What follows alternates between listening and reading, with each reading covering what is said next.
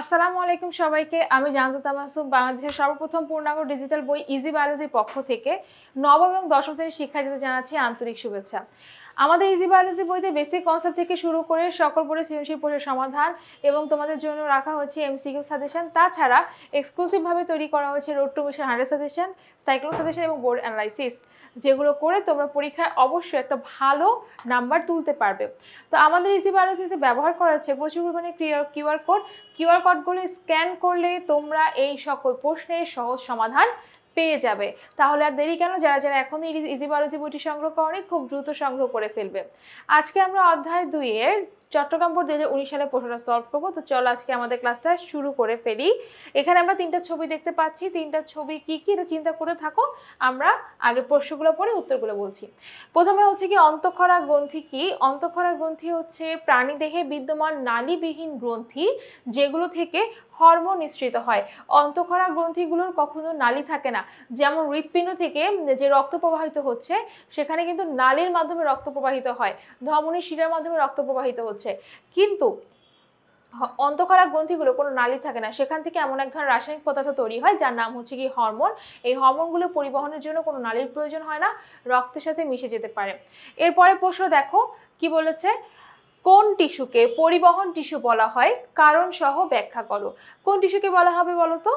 যে টিস্যু মাটি থেকে শোষিত পানি এবং খনিজ লবণ এবং পাতায় প্রস্তুতকৃত খাদ্য চলাচলে সহায়তা করে তাকে বলা হয় পরিবহন টিস্যু। তাহলে আমার প্রশ্ন হচ্ছে কোন টিস্যুকে পরিবহন টিস্যু বলা হয়? তাহলে আমরা উত্তর কি দিব? জাইলেম এবং ফ্লোয়েম টিস্যুকে পরিবহন টিস্যু বলা হয়। এবং কেন পরিবহন টিস্যু বলা হচ্ছে? কারণ জাইলেম কি করছে, যখন খাবার তৈরি করার প্রয়োজন হয় তখন সে কাঁচামালটা বহন করে নিয়ে যায়। কি করছে? মাটি থেকে পানি এবং খনিজ লবণ পাতায় গিয়ে পৌঁছে দিচ্ছে। আবার একই সাথে যখন খাবার তৈরি হয়, মানে যখন সালোক সংশ্লেষণ প্রক্রিয়ায় পাতা শর্করা তৈরি করছে, তখন ফ্লোয়েম ডেলিভারি বয় হিসেবে পাতায় প্রস্তুতকৃত খাদ্য কি করছে, তোমার নিয়ে যাচ্ছে উদ্ভিদের বিভিন্ন অঙ্গে, উদ্ভিদের ফুল, ফল, পাতা, মূল, শিকড়, এগুলোতে তোমার খাদ্যটাকে নিয়ে যাচ্ছে। তাহলে আমরা ফ্লোয়েমকে বলি হচ্ছে ডেলিভারি বয়, আর জাইলেম হচ্ছে কি কাঁচামাল পরিবহন করে নিয়ে যায়। এরপরে প্রশ্নটা দেখি কি বলেছে, জীবদেহে চিত্র জেড এর ভূমিকা ব্যাখ্যা করো। চিত্র জেড হচ্ছে একটা স্নায়ু কোষের ছবি। আমরা জানি স্নায়ু টিস্যুর এককে স্নায়ু কোষ বলে, যেটা হচ্ছে কি নিউরন। তার মানে এখানে নিউরনের কথা বলেছে, নিউরনের ভূমিকা জিজ্ঞেস করেছে। উদ্দীপকে চিত্র জেড হলো স্নায়ুতন্ত্রের গঠন ও কার্যকরী একক নিউরন, বা যেটাকে আমরা বলি স্নায়ু কোষ। নিউরন মানে হচ্ছে কি স্নায়ু কোষ। জীবদেহে স্নায়ু কোষ বা নিউরন খুবই গুরুত্বপূর্ণ ভূমিকা পালন করে, কারণ তোমার বডিতে যদি নিউরন না থাকে তুমি পড়াশোনা কেন, কোনো কাজই করতে পারবে না। দেহের বিশেষ সংবেদী কোষ নিউরন বা স্নায়ু কোষগুলো একত্রে স্নায়ু টিস্যু গঠন করে। স্নায়ু টিস্যু অসংখ্য নিউরন দিয়ে গঠিত, সেটা আমরা জানি। এখন আমরা যেটা করব, স্নায়ু টিস্যু সম্পর্কে পুরো ব্যাখ্যাটা এখানে লিখবো, এবং তোমরা যে কাজটা করবা, অবশ্যই যখন প্রশ্নে স্নায়ু টিস্যু আসবে তখন অবশ্যই চিত্রটা দিবা, চিত্রটা চিহ্নিত করে দিবা। সবসময় মাথায় রাখবা, স্নায়ু কোষ নিয়ে বা নিউরন নিয়ে, নিউরনের গঠন নিয়ে, নিউরনের ভূমিকা নিয়ে যদি কোনো প্রশ্ন আসে অবশ্যই চিত্রটা উল্লেখ করে দিবা। তোমাদের ইজি বায়োলজি বইতে এইখানে ছবিটা দিয়ে দেওয়া হয়েছে, আমাদের এখানে কারেকশন করে আমরা কিন্তু দিয়ে দিয়েছি। সুতরাং তো যদি মনে করো এখানে ভুল আছে, ভুল না, এটা হচ্ছে আরো অ্যাড করেছি যাতে তোমাদের প্রিপারেশনটা একদম 100-এ 100 হয়। তো এখন স্নায়ু কোষ নিয়ে একটু পড়াশোনা করি। স্নায়ু কোষ বা হচ্ছে গিয়ে নিউরন, এটা কি? এটা হচ্ছে গিয়ে আমি যদি বলি একটা স্নায়ু কোষ যে কাজ করে, অসংখ্য স্নায়ু কোষ মিলে কাজটা দ্বিগুণ হয়ে যাচ্ছে না? একটা স্নায়ু কোষের যে কাজ, সে কি করছে, সে হচ্ছে গিয়ে বাইরের যে পরিবেশ থেকে উদ্দীপনা বহন করে নিয়ে যাচ্ছে, এবং একটা স্নায়ু কোষের সাথে আরেকটা স্নায়ু কোষ কিন্তু লিঙ্কড হয়ে আছে, লিঙ্ক আপ হয়ে আছে। কোনো একটা কাজ, যেমন মনে করো স্পর্শ বলো, তাপ বলো, চাপ বলো ইত্যাদি, এই অনুভূতিগুলো বা এই সেন্সগুলো কিভাবে আমাদের বডির ভিতরে যাচ্ছে। আমরা যখন কোনো কিছুকে স্পর্শ করছি, মনে করে কোনো কিছুকে স্পর্শ করবো, সেটা শক্ত না মসৃণ নাকি নরম না গরম, এই জিনিসটা আমরা যে বুঝতে পারছি, কিভাবে বুঝতে পারছি? কারণ আমাদের ত্বকের এখানে তোমার একটা সেন্সরি কাজ করে, সেন্সরি কি আছে, সেন্সরি স্নায়ু আছে, যেটা হচ্ছে তোমার ওইটাকে গ্রহণ করবে, ওই অনুভূতিটাকে গ্রহণ করে আমাদের ব্রেনে নিয়ে যাবে, যেখানে আমার স্নায়ু কোষগুলো একত্রে রয়েছে, মানে স্নায়ু টিস্যুতে নিয়ে যাবে। এই যে বাইরের যে অনুভূতিগুলো, সেই অনুভূতি বহন করে নিয়ে যাওয়া, বাইরের পরিবেশে মানে আমাদের দেহের বাইরের পরিবেশে যা যা ঘটছে সে অনুযায়ী উদ্দীপনা তৈরি করা, এগুলোর কাজ করে স্নায়ু কোষ। কিভাবে? মনে করো তুমি এখন পড়াশোনা করছো, যদি তুমি দেখো এখন একটা বড় একটা তেলাপোকা তোমার রুমে ঢুকে পড়েছে, এখন যা যা তেলাপোকা ভয় পায় সে তো চিৎকার দিয়ে দৌড় দিবে যে আই হায় তেলাপোকা চলে আসছে, আমি এখন কি করব। অথবা মনে করো তুমি পড়ছো, পড়তে পড়তে হঠাৎ করে দেখলে যে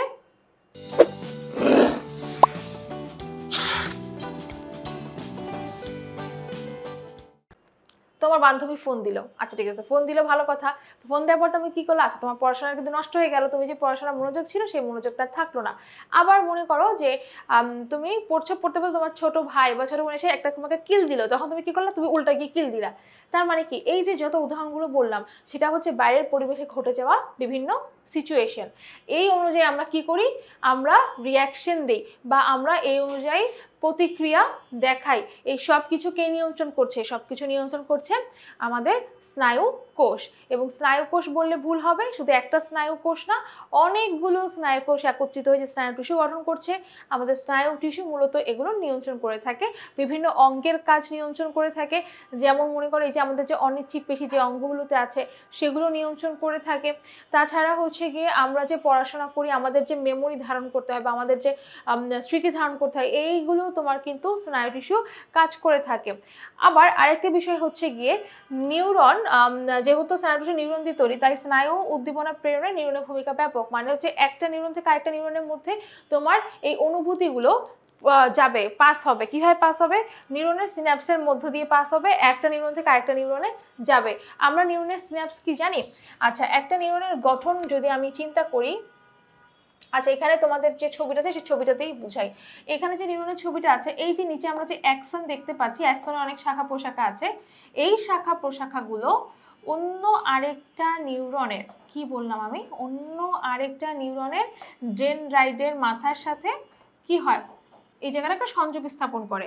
তো এই যে অ্যাক্সনের শেষ মাথায় এখানে শাখা প্রশাখা রয়েছে এবং এটা হচ্ছে অন্য একটা নিউরনের ডেন্ড্রাইটের সাথে যুক্ত হওয়ার জন্য এই জায়গাটা কিছু ফাঁকা জায়গা থাকে, এটাকে বলা হয় তখন সিনাপস। কি বলা হয় এটাকে? সিনাপস বলা হয়। এভাবে সিনাপসের মধ্য দিয়ে এক নিউরন থেকে উদ্দীপনা আরেক নিউরনে খুব সহজে পৌঁছে যেতে পারে। তাহলে এই যে জীবদেহে স্নায়ু উদ্দীপনা আদান প্রদান করা বা জীবদেহের সমন্বয় সাধন করা, এগুলোর ক্ষেত্রে নিউরনের ভূমিকা অপরিসীম। অবশ্যই নিউরনের প্রয়োজন আছে। তাছাড়া আরো অনেক কাজ আছে, তোমরা যেটা করবা এটা অ্যান্সার দেওয়ার জন্য অবশ্যই তুমি অধ্যায় 10-এর যে অংশটা আছে নিউরনের অংশ বা নিউরনের ভূমিকাটা, এইটা থেকে ব্যাখ্যা করলে অ্যান্সারটা কিন্তু আরো ভালো এবং সুন্দর হবে। পরের প্রশ্ন দেখো, জীবদেহকে সচল রাখতে চিত্র এক্স এবং চিত্র ওয়াই এর মধ্যে কোনটা অধিক কার্যকর? চিত্র এক্স এবং চিত্র ওয়াই। আচ্ছা, চিত্র এক্স দিয়ে আমরা কি বুঝতে পারছি? এটা দেখা যাচ্ছে না একটা শাখা প্রশাখা যুক্ত একটা টিস্যু। এখানে যেটা দেখতে পাচ্ছি এইটা কিন্তু কোনো শাখা প্রশাখা এর মধ্যে নাই, তার মানে এটা কোন টিস্যু হবে, মানে কোন পেশি টিস্যু হবে? দুটোই পেশি টিস্যুর ছবি দেওয়া আছে। প্রথমটা হচ্ছে কি চিত্র এক্স, যেটা দিয়ে হৃৎপেশিকে নির্দেশ করা হচ্ছে, আর ওয়াই দিয়ে ঐচ্ছিক পেশিকে বোঝানো হয়েছে, কারণ আমরা জানি ঐচ্ছিক পেশির মধ্যে হচ্ছে মানে শাখা নাই। আচ্ছা, ঐচ্ছিক পেশি কেমন? এটা হচ্ছে ইচ্ছা অনুযায়ী, প্রাণের ইচ্ছা অনুযায়ী সংকোচন প্রসারিত হতে পারে এবং এই পেশি টিস্যুর কোষে নলাকার হবে, এতে কোনো শাখা থাকবে না, আড়াআড়ি ডোরাযুক্ত দাগ থাকবে এবং এই পেশি খুব দ্রুত সংকোচন প্রসারণ করতে পারে। যেমন আমাদের যে হাতে পায়ে যে পেশিগুলো আছে যেগুলো অস্থিতন্ত্রে সংযুক্ত থাকে, সেই পেশিগুলোকে আমরা ঐচ্ছিক পেশি বলে থাকি। তাছাড়া হচ্ছে দেখা যায় যে জীবের নাড়াচাড়া বা হচ্ছে হাঁটাহাঁটি করার জন্য বা চলাফেরা বা স্থান পরিবর্তন করার জন্য কিন্তু ঐচ্ছিক পেশি সাহায্য করে। এখন তার পরে যেটা আছে, অর্থাৎ এই যে আমরা যদি ছবি দেখি, যে এই ছবিটা, এটা হচ্ছে কার ছবি? এটা হচ্ছে একটা হৃৎপেশির ছবি। হৃৎপেশি কি করছে? অন্যদিকে হৃৎপেশি, যেটা তোমরা হচ্ছে তোমাদের বইতে দেখবে, এটা আরেকটা প্যারায় দেওয়া হচ্ছে। হৃৎপেশিতে মেরুদণ্ডী প্রাণীদের হৃৎপিণ্ডের এটা একটা বিশেষ ধরনের অনৈচ্ছিক পেশি। এই পেশি টিস্যু কোষগুলো হচ্ছে আড়াআড়ি ডোরা দাগযুক্ত থাকতে, দেখতে কার মতো? অনৈচ্ছিক পেশির মতো। কিন্তু হৃৎপেশি থাকে হচ্ছে হৃৎপিণ্ডে, মানে হৃৎপেশি দিয়ে হৃৎপিণ্ডটা গঠিত। তো সেই ক্ষেত্রে হৃৎপেশি কিন্তু প্রাণীর ইচ্ছা অনুযায়ী সংকোচন প্রসারণ হয় না। হৃৎপেশি বা হৃৎপিণ্ড নিজের রিদমে, অর্থাৎ একটা নির্দিষ্ট নিয়মে বা নির্দিষ্ট গতিতে বা নির্দিষ্ট ছন্দে সংকোচন প্রসারণ ঘটায়। মানবভ্রূণ সৃষ্টির শুরু থেকে, অর্থাৎ মানবভ্রূণ সৃষ্টির সময় থেকে শুরু করে মৃত্যুর পূর্ব পর্যন্ত একটা রিদমে এর সংকোচন প্রসারণটা ঘটতে থাকে। হৃৎপেশি দেখতে ঐচ্ছিক পেশির মতো কিন্তু কাজ করবে অনৈচ্ছিক পেশির মতো। হৃৎপিণ্ড মাধ্যমে কিন্তু রক্ত চলাচল ঘটে। তাহলে আমরা কি বলতে পারি? জীবদেহ সচল রাখতে হলে পেশিসমূহের সঞ্চালন অবশ্যই আবশ্য। ঐচ্ছিক পেশি প্রাণী তার ইচ্ছা মতো সংকোচন এবং প্রসারণ করতে পারে, তাই নাড়াচাড়ার মাধ্যমে জীবদেহ সচল রাখে। হৃৎপেশি জীবদেহে রক্ত চলাচলের প্রক্রিয়া সচল রাখে এবং জীবদেহে কি করছে, রক্ত চলাচলের মাধ্যমে প্রতিটা কোষ সজীব এবং সক্রিয় থাকছে। অর্থাৎ রক্ত চলাচল ছাড়া জীবদেহ কিন্তু টিকে থাকতে পারে না।